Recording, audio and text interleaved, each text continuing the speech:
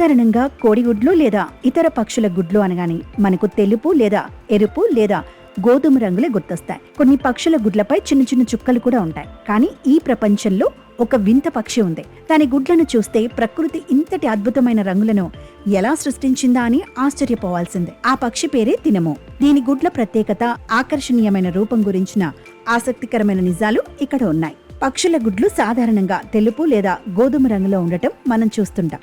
కానీ మధ్య దక్షిణ అమెరికా అడవులలో కనిపించే తినము అనే వింత పక్షి గుడ్లు చూస్తే ఎవరైనా సరే అవి ప్లాస్టిక్ లేదా గాజుతో చేసిన ఆర్టిఫిషియల్ బొమ్మలని భ్రమపడతారు. ఈ పక్షులు పింగాణి పాత్రల్లా మెరుస్తూ ముదురు ఆకుపచ్చ, నీలం, పర్పుల్, గులాబీ రంగుల్లో అద్భుతమైన గుడ్లను పెడతాయి. వీటి ప్రకాశవంతమైన మెరుపు రంగులు ప్రకృతిలో ఒక అద్భుతంగా నిలిచాయి. నేలపై గూళ్లు కట్టుకునే ఈ పక్షుల గుడ్లు ఇంత రంగురంగులుగా ఉండటం వెనుక పునరుత్పత్తికి సంబంధించిన ఒక ఆసక్తికరమైన సైన్స్ దాగి ఉంది. అదేంటంటే మధ్య దక్షిణ అమెరికాలోని దట్టమైన అడవులు, గడ్డి భూములలో తినము పక్షులు జీవిస్తాయి. ఇవి చూడటానికి కాస్త కోళ్లు, కౌజుపిట్టల మాదిరిగా ఉంటాయి. కానీ ఇవి పెట్టే గుడ్లు మాత్రం ప్రపంచంలోనే అత్యంత అందమైనవిగా గుర్తింపు పొందాయి. ఈ గుడ్లు కేవలం రంగురంగులో ఉండటమే కాకుండా వాటిపై ఒక రకమైన సహజమైన గ్లాసీ ఉంటుంది.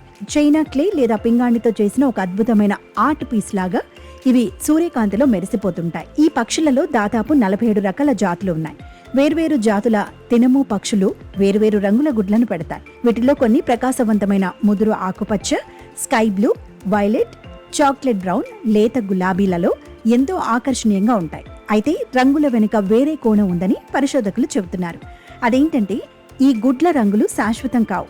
గుడ్డు లోపల పిల్ల ఎదుగుతున్న కొద్దీ, సూర్యకాంతి తగిలే కొద్దీ ఈ రంగుల ప్రకాశం మెల్లగా తగ్గుతుంది. ప్రకృతి సృష్టించిన ఈ వింత రంగుల గుడ్ల ఫోటోలు, వీడియోలు ప్రస్తుతం సోషల్ మీడియాలో నెటిజన్లను విపరీతంగా ఆకట్టుకుంటున్నాయి.